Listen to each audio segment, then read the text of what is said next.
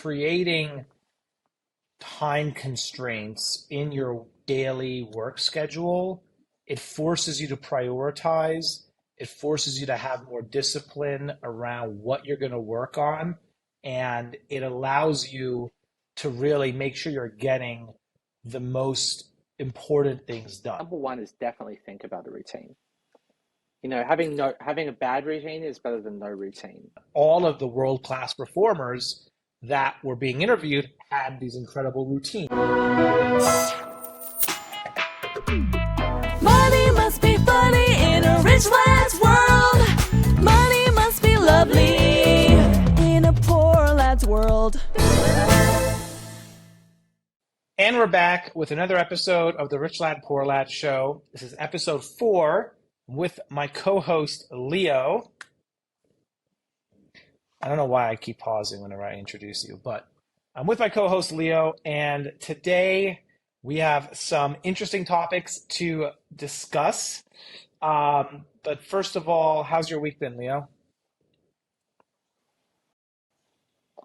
It's been great. Thanks so much for the introduction, Ollie. Glad to be here for episode 4. Great to see the podcast picking up steam as well. So very happy with how that's been going. Exactly. My week's been good. Super busy, Exactly. getting to the thick of buying season. And we have a $500,000 public bid. We're going to hear if we won in the next 10 days.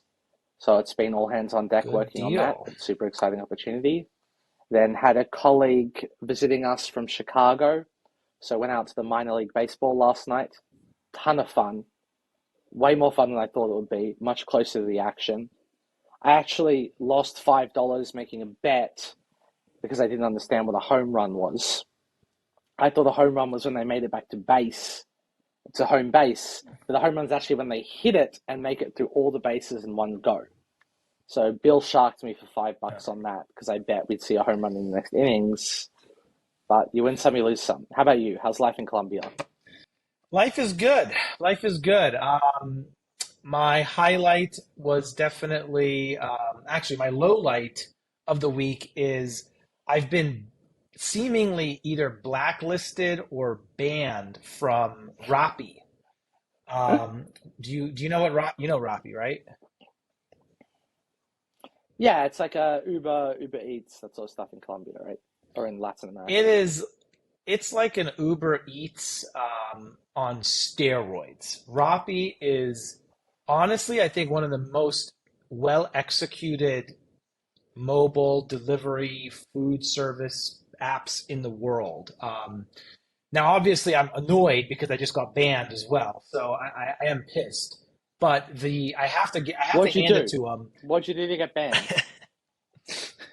I did nothing. I tried checking out a couple times. My credit card bounced a couple times, and I think it's got flagged for like fraud or something, and I've gotten banned. But I have to tell you, these guys from a food delivery service are on such another level compared to every other service I've used, specifically because of the speed to delivery. There's a service that they have called Rappi Turbo that literally guarantees delivery within 10 minutes.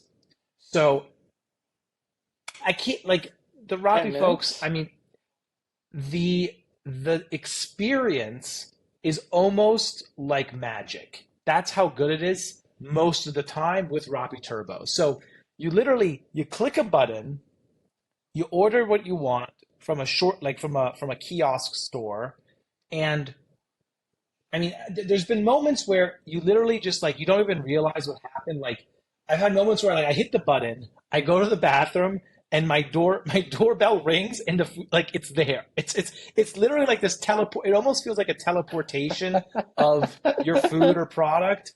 It's truly exceptional, this Rappi Turbo, and I think obviously they have so many delivery drivers in strategic locations. I'd love to know how they actually run the operations on the back end. With my experience with Scooterino, where we definitely, you order a Scooterino, it's supposed to be fast. 35 minutes later, the lad rolls up on the motorbike. It's not exactly the same level of quality, but Rappi's also, I think, it's definitely a unicorn now But yeah, the Rappi, if you ever have a chance, if you're in Mexico, Yeah, I bet. Peru, Colombia, Chile, um, Argentina, I would imagine has it. It's only Latin America right now, but their quality and speed to delivery is just something. It's like it's out of this world, and it's nothing like anything in the United States, really. I mean, there's no experience from a speed to delivery in America that I've ever had that's as good as this. I feel like to do 10 minutes, they'd have to have their own stock. They'd have to have certain products and SKUs that they hold in stock to do. Because otherwise, having a guy go to a store, check out, buy it, then get to you. And I mean, maybe I'm wrong, but I 10 don't minute know. delivery is pretty No, normal. Don't let I Amazon really do it think about that. no, I really think they have their own. It's really just and you can pay cash. Like and so the Rappi experience, maybe we'll throw up a slide about it after. I mean, there's literally like the home screen has, I'll just describe it. The home screen has like a storefront with like kind of like a modular storefront with lots of different options. And they have the pharmacy, supermarket, restaurants. They have a they essentially have everything you could possibly want to order is on the app. And I just found out they also have cash, so you can buy cash through the app and have just cash delivered to you as well, which is very convenient. I haven't used that yet since That's I got actually banned, a but fantastic idea. So it's like an ATM type thing. So you can say, yeah, I want, $100 or equivalent in Colombian peso, and they just bring you the cash. hmm bring the cash. Yeah, I haven't had a chance to use it yet, but Wow. um, yeah. So anyhow, Rappi is a killer product. Um, if someone from Rappi is watching this episode, I am a loyal customer. That's what pisses me off the most is like, I am a whale. I am a whale customer. And I spend more on Rappi than probably Yeah. the average Colombian for sure. And it's like the service usually is very good. I hate to throw them under the bus now, but now I'm getting frustrated because I literally it's just I've just been they've just been told like sorry privacy policy you broke the privacy policy or some banter and you're done. Like and That I've was the tried to log in explanation? on other Privacy accounts. policy? Privacy you broke our like your not the code of conduct. It was whatever the terms you broke our terms and conditions or something like that. In terms of, yeah. Speaking of That's got terms to be and tough conditions, because even now, yeah. there's a huge lag, No, go which ahead. sucks. I don't know Terms and why. conditions. Speaking of terms and conditions, something came across my desk that was really cool. It was like finally a ethical use case for ChatGPT.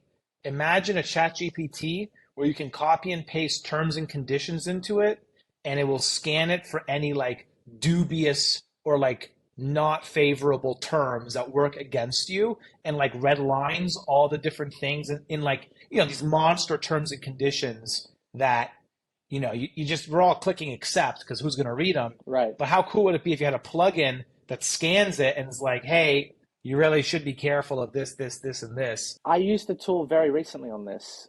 We had an NDA going with a potential new project we're doing.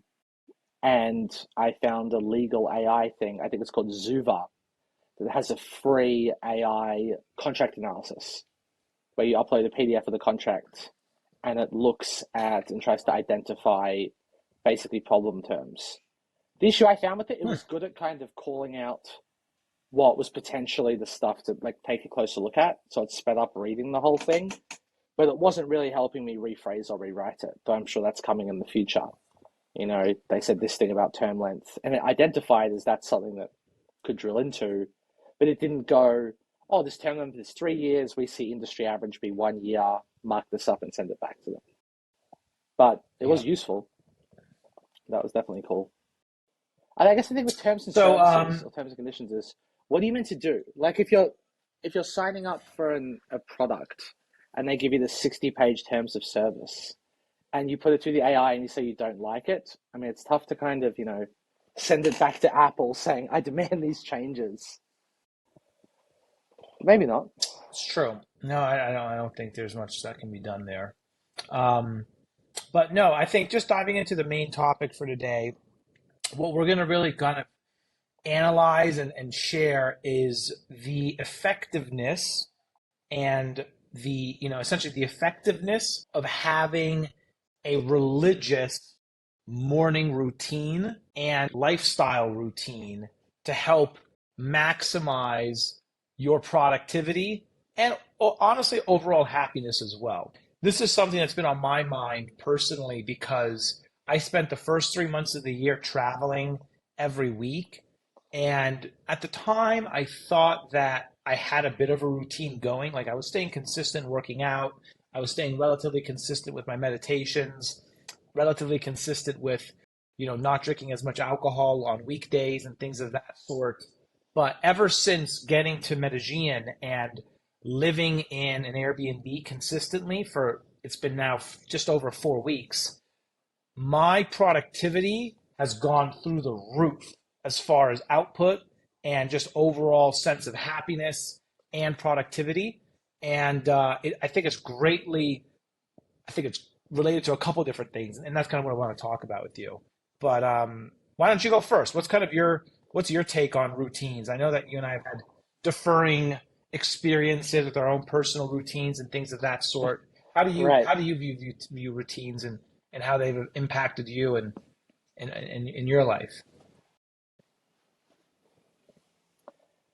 Yeah, no, I think it's a great topic to talk about. I think I've definitely tried to get in a lot of routines and done a pretty poor job at being consistent with them. I think what took me a while to really figure out was kind of my work routine and my non-work routine. Because, my routine right now, I've never been more routined in my life, but it's less of a conventional, you know, calendar, wake up at this time, do this for 15 minutes, do this for 10 minutes, 27 minutes of a cold plunge pool and things like that. What I really realized was my routine was also quite location based because, and you're laughing. I guess I never really went for the cold showers, but what I found is the reason why I wanted to have a routine was to increase my productivity. And I realized that by having kind of set hours I work and set hours I don't work, it actually made me far more productive than when I just worked all the time, which I had done in the past. And I, leave the office at 7, have dinner, keep sending emails, checking my phone. Because now if I pigeonhole my workday into fixed hourly constraints from when I work, it actually makes me have to think much more about what's important and what's not important. Right? If you're working all the time and just doing stuff, everything, you never have to really prioritize because you're just going to do it, right? Whether it's at 8 p.m. or this p.m. If you're working from about 8:30 to 6 or 8:30 to 5, whatever your hours are, and everybody's got their own best structure, I got 9 hours, I got 8 hours, I got 10 hours, whatever it might be. And this is the task I have to do today. And this is what I have to get done. And it makes organization much easier for me. And I realized that if I'm going into an office or away to my house or I have some sort of leaving process, it's really easy to identify what I haven't done because I just found it was a weird thing that it helped me. I was never sure what I needed to get done today and what I didn't. But once you have a process behind leaving where you're done with the majority of your work, then it's really easy. If it's 5:30 and you want to leave and head home, but something comes up, you have to decide how important it is. Because in the past, I would have done it no matter what it was. Now I'm looking at it. If it's important, I obviously get it done and stay as late as I need to get it done. But if it's not, quick response, confirm receipt, provide a timeline for when I will get it done. And that's been really useful to me. So I Got think, it. So and you're much better at this than I am. just to drill into this, the takeaway that I'm hearing from your experience is by creating time constraints in your daily work schedule, it forces you to prioritize. It forces you to have more discipline around what you're going to work on. And it allows you to really make sure you're getting the most important things done. Exactly. That's exactly right. And it also it's always tough to know how important stuff is. But if you're thinking about going home or going to make dinner or something like that, and something comes up, it's a good thing to benchmark against as well. I agree. And I think what you're saying reminds me of a quote that I heard from Tim Ferriss a while ago. I don't know if he said it, but it's relevant to this. It goes, being busy is a form of laziness, which is kind of counterintuitive if you think about, right? You think that I being like busy that. isn't lazy, but in reality, being busy is exactly what you're saying. It's just saying yes to everything. It's just doing things for the sake of doing things, and you're being lazy by not having the hard conversation with yourself about what is it that actually has to get done right now. And I think that is a truly important thing whether you're a student, an entrepreneur, a business person, anyone in any form of life. It's like, just stop what you're doing. Don't just keep reacting, and force yourself to ask yourself the question: what really is that one, two top priorities that need to be done, and make a decision about it. Yeah, I completely agree with that. I completely agree with that. And I think another thing just on the routine side that and I'm really kind of curious to hear your full routine, but I haven't really segmented it out. I've just added habits. So something I'm a huge evangelist for now is I always put my phone in the other room and I read before bed. Mm, It is literally one of the biggest changes I've ever made to my life to having better sleep and just making a interesting. strict cutoff time where it's like I'm straight up not checking my phone, right? And I'm That would reading in bed. explain And why I've my been problem is I love receiving reading. so I get hooked fewer. on books. That's why I've been getting so few, way fewer So few late responses to night my late messages. messages from you, which I guess is that's the. I guess I know why now. But why is it? Trust Why do you me, think that's improved you your should try sleep? it because it takes my mind off work stuff. And there's always work stuff coming in on my phone, especially because, right now we're doing a few international businesses. So there's time zone stuff coming in at all hours of the day. And by having a time where I just put the phone, in the evenings US time, there's stuff coming out of China. In the mornings US time, you've got stuff early coming from Europe that's come up through the day. US business hours, you have everything that comes from that. And it really is like a 24-hour cycle. And I just think about this stuff a lot. I like to read every notification when I am and when I can check my phone because I'm paranoid about missing super important stuff.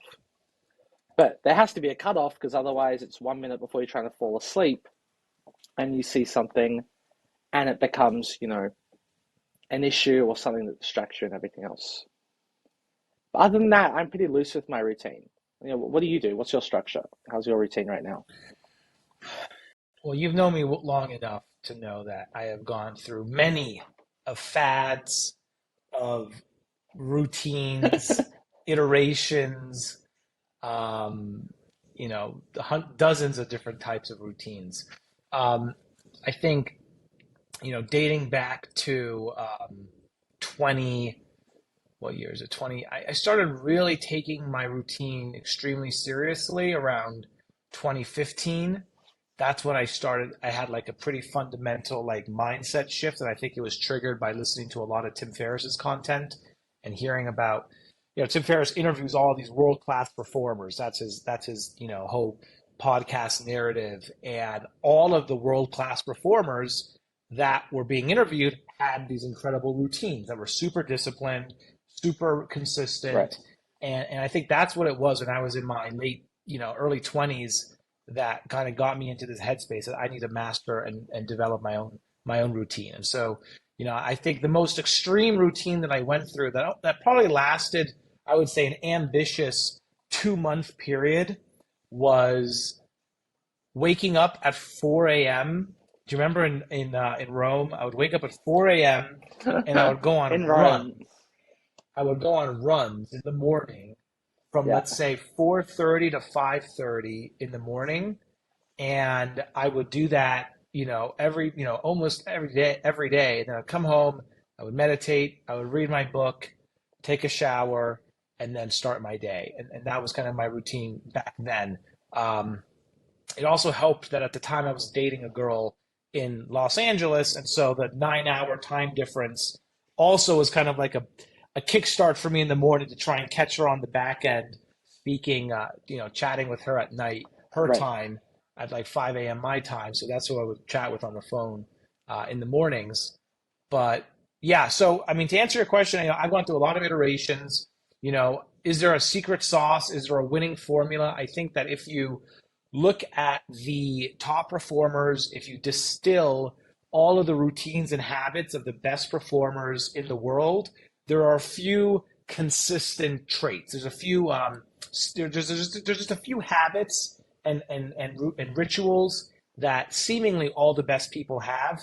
And I think one of them is a good night's sleep. So getting a good night's sleep is definitely something that the best performers seem to prioritize. Although there's, the Elon Musks of the world that supposedly sleep 4 hours a night or 3 or 4 or 5 hours a night.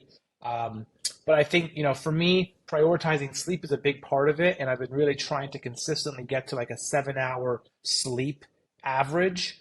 I would prefer to be sleeping 8 hours because I feel literally like 25% better if I sleep 8 hours, but I just haven't nailed enough discipline on going to bed early enough to kind of justify an 8 hour sleep, and then still be able to have time in the morning to do my other activities.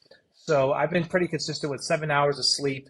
I then have a very consistent physical workout routine. So really consistent workouts at least 3 times a week with a personal trainer. I have a personal trainer that normally I work out with on Zoom.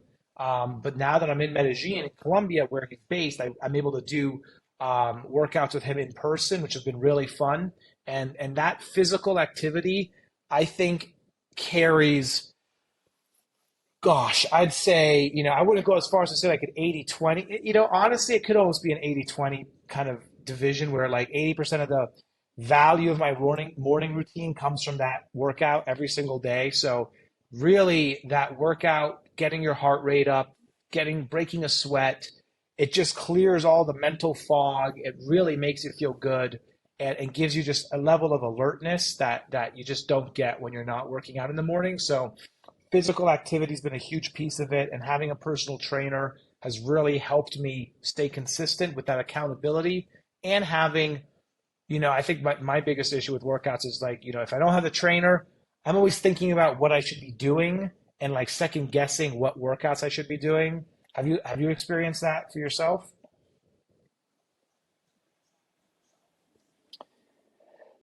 I think, honestly, not so much.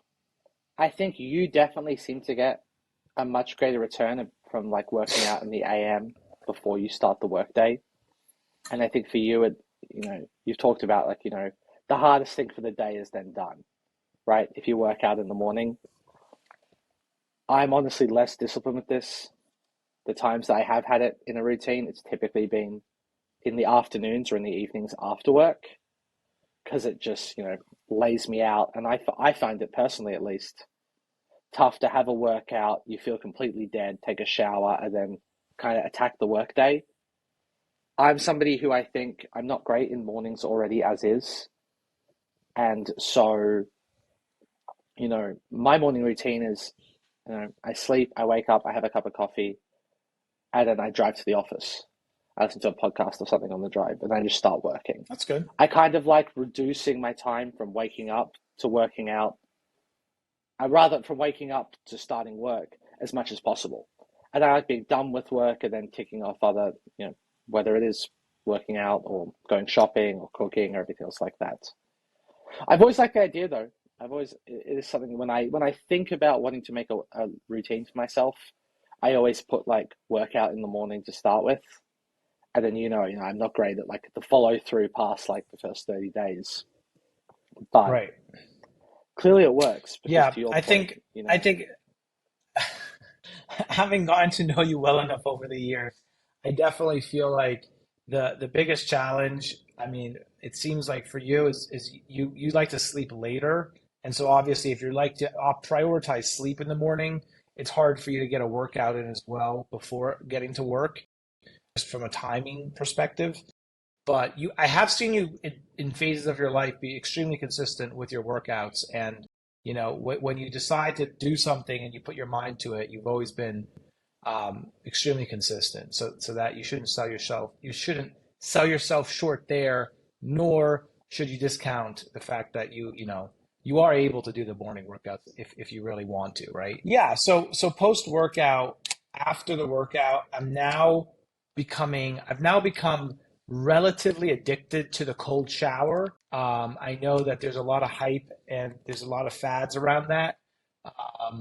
But I don't have access to like the cold plunge. Although next week I am going to do a cold plunge experience here in Medellin. I can do a sauna and a cold plunge. And supposedly this local medicinal herb that they essentially blow it up your nose. It's not. I know it sounds weird. It's not what you think it is. It's not cocaine. It is some like medicinal tree herb that they supposedly like some dude, I Yeah, man. believe, blows it into your nose. Anyhow, I don't know what it is. I'm not doing that. But um, the routine for me really goes cold shower, and then during the workout, during my breakfast, I'm always listening to an audiobook or a podcast.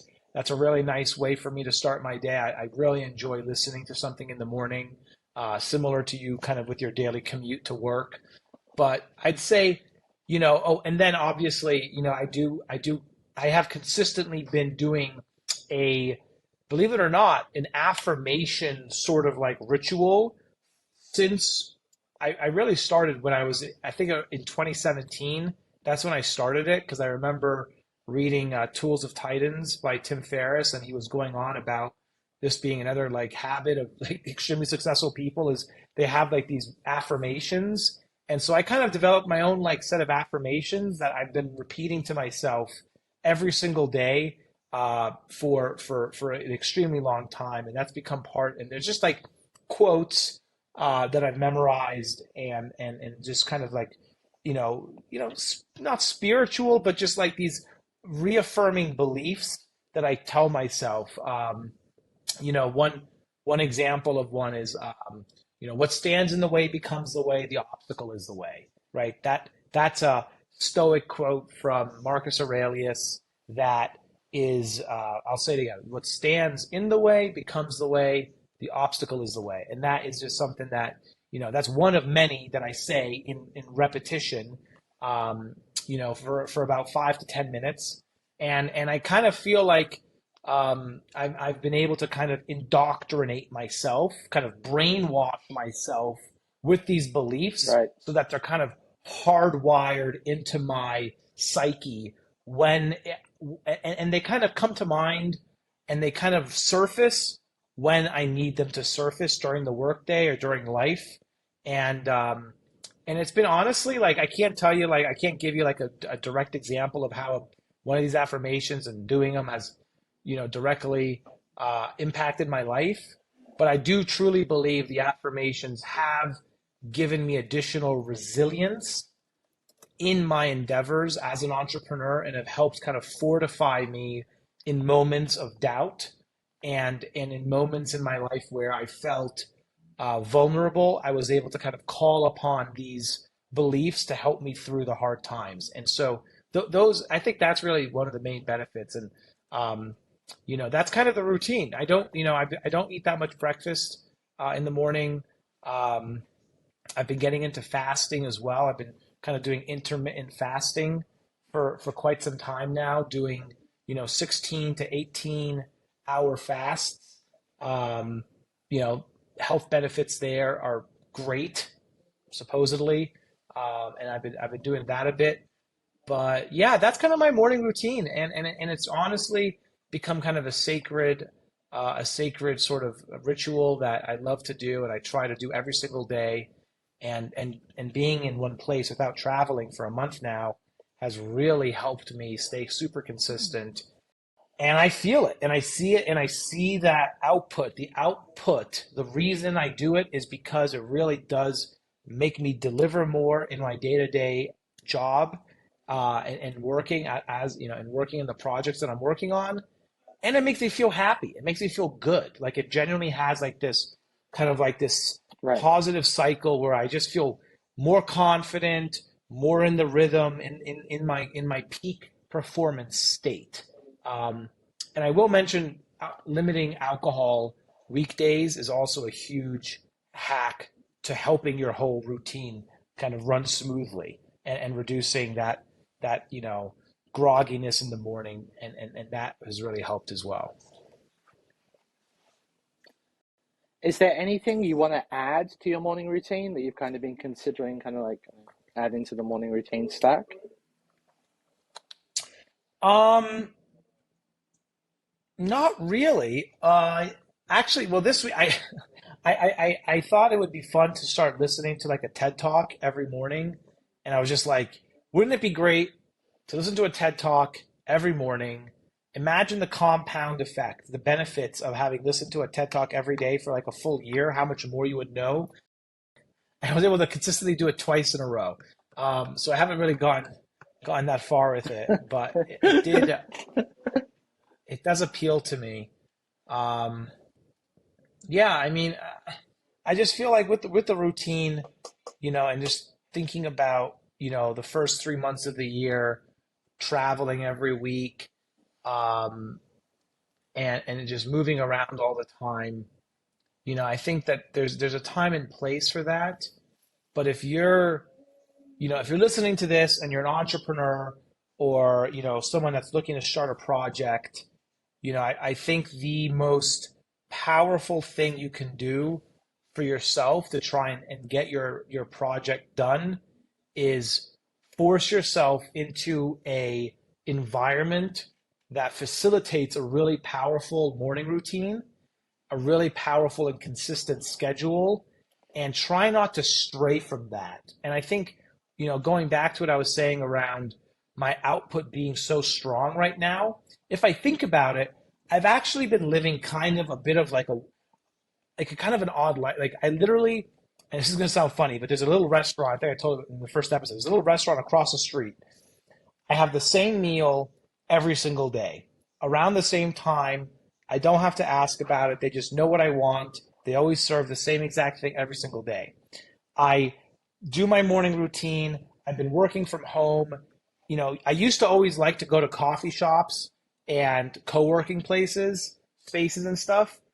But like just working in my apartment by myself has created so much less distraction. And if you think about on a weekly or monthly Right. basis, all of the distracting thoughts or distractions throughout the workday, if you add all that, like 1 minute, 2 minute distraction, 1 minute distraction, 3 minute distraction, 5 minute, 10 minute distraction, if you add that all up on a weekly, monthly, annual basis, I mean, now don't get me wrong, like you'll go a little crazy if I'm gonna go a little crazy if I stay in my apartment for like a month straight without, I'm not saying I'm doing that, but I don't know, there's something to be said about really just kind of blocking yourself off into an isolated environment. Like even being in the office for you, I mean, do you genuinely feel like you can get your best work done in an office where I know there's a lot of banter and a lot of, we have a pretty decent sized team now. Do you feel like you've got, are you in your most productive state in our own office? Definitely not. But I think my role right now is not being like an IC, like just doing my own specific projects, and that the banter and talking to people, and that is kind of part of the role and part of kind of like, being really hands on with the team. I do think if I do have a specific project, I go to my desk, I put headphones on, it's relatively easy to see when it's like time for banter and when it's not. So I think I am, but definitely there's a lot of distractions in a co-working space, in an office, wherever it might be. And I think you bring up a good point, right? If you've got 6 projects you want to get done, it's clear stuff and it's only on you to get it done. Hanging out in a loud coffee shop, for many people, may not be the best, for myself included. that's not the best environment to really hit like the peak. But it Right. also comes down to your mentality when you're doing those projects. If you're there working in your underpants or your pajamas and you're kind of not feeling your best, you've just pumped a cup of coffee, you're a little groggy, and you have no distractions, but you haven't really got into the good mentality, feeling good, enjoying your environment, being happy where you are, and then you start work, I think that's really important as well. That's true. That's true. My recommendations on really maximizing your productivity, if and regardless of what you do for a living, are two additional suggestions. Number one, three things. And these are things that I've started doing consistently and have shown really solid results. The first one is time blocking specific days of the week just dedicated to your work calls. Granted, this is only applicable to people who have to be on a lot of calls, and some people obviously don't have that luxury, let's say. But personally, I'm now working on a couple projects that enable me to have Mondays, no calls. Tuesdays, full of calls. Wednesdays, no calls. Thursday, or whatever, sorry. No. Monday, no calls. Tuesday, calls. Wednesday, no calls. Thursday, full of calls. Friday, limited calls. And what I've noticed is if you're working on a really complex problem or a specific task or project, not breaking your day up with multiple conference calls or work calls, it's a huge productivity booster. And it's kind of like a duh, like it kind of sounds like a duh type of thing. But Yeah. like now that I'm actually doing it, it's just really remarkable just how nice it is to look at your calendar and be like, today is a day for extreme focus on these priorities. And boom, you've got that kind of level of focus. And I know that you're obviously in a different position you can't really do that based on your schedule and the work you're doing right now. But, for those listening, I really recommend if you have the chance to like say, no, I'm not taking calls on a Monday. I'm doing them only on Tuesday. And you can push calls to specific days, find your productivity shoot through the roof. So that was Yeah, I think it's a great hack, and I think yeah. it's really actionable as well, which is nice. Yeah. The other one is the Pomodoro technique. I use an app called Slash, Slash. We'll put it in the show notes or whatever. And what it does is it allows me to it's like a to-do list, and then I hit go, and the to-do list disappears. It becomes a small little icon on my screen with a countdown timer from 20 minutes to 0. And what that allows me to do is it allows me to have 20 minutes of focus on one task. Granted, I'd highly recommend closing Slack, WhatsApp, and iMessage and any messaging apps you have, killing those apps while you do it, because that kills your productivity when you start seeing notifications come in, creates an easy distraction. And it's 20 minutes on, 5 minutes off. And it's harder to do that consistently than you think. You might think that that's an easy little thing to do, but I would be weary of that because it really is hard to have the discipline to actually just do it. We're so conditioned to multitasking and checking windows and tabs and apps and messaging things and calendars and notifications. I don't know about you, maybe I'm just like messed up, but like it is really hard to just consistently have undistracted, undivided attention on something. And so that's another key kind of takeaway there. And then the other one, I forgot what it was. But those are my two big productivity hacks that I really recommend. Yeah, I think that's great advice. And I just like with the Macs now that do not disturb feature being editable is so nice that you can put what you want to notify, what you don't want, who you want to get through, who you don't. That's been really, I use that a lot as well. But otherwise, That's a good hack like too. the classic solution as well. That's a really good hack too. I have to set that up. Yeah, just to finish up the episode, Leo, why don't you summarize what's like, at least from everything you've learned what do you think your key takeaway for the audience is from your experience as far as morning routines and kind of your lifestyle routine? Like what's like a key thing that you would recommend the audience to Well, experiment with? well, firstly, yeah, number one is definitely think about a routine. Having a bad routine is better than no routine, right? And so think and do testing and see what works for you and try and figure out what's the best thing, and then try and layer things on top of it. You didn't start out doing everything you just mentioned every day from day one. You started doing this, and then you continually layered on other things into the routine. I think, secondly, I'm still a huge fan of the read before bed. So, action item on listening, just try it. Get a Kindle or get something. It doesn't have to be, some business book or nonfiction. Read some fantasy, read some true crime, read whatever you're into, but read a magazine, just anything to get you away from the screen of like the phone and the notifications and everything like that. Those are my big two takeaways. I am going to try the cold showers. You've convinced me enough that I should try it because everybody talks about it. And like it's obvious that it's not going to be fun at the start, but there's got to be something there. So that's my other takeaway. How about you? Um, for me, I would go and say my key takeaway for the audience on morning routines and rituals of sorts to boost productivity and overall well-being is going to be definitely, you know, consistent workouts. If you can do the workout, the benefits are just so solid as far as your short-term benefits for mental clarity, feeling energized to crush the day, as well as the long-term health benefits that are, the no-brainer, long-term health benefits. I'd also really recommend, I think Right. for me, like a huge 80/20 is I feel so much better not drinking alcohol during the week and just having soda water, a great hack. You know, honestly, your fault. Now I literally just bought like an 18 pack of flavored soda waters, but drinking your LaCroix or your They're Spindrifts, great. the Spinnies as Leo used to guzzle those in the droves back in Puerto Rico. The They were great. Spinnies, just I make my own substituting now. alcohol for soda water. Flavored soda water is such a great hack to just boost better quality sleep and feeling good in the morning.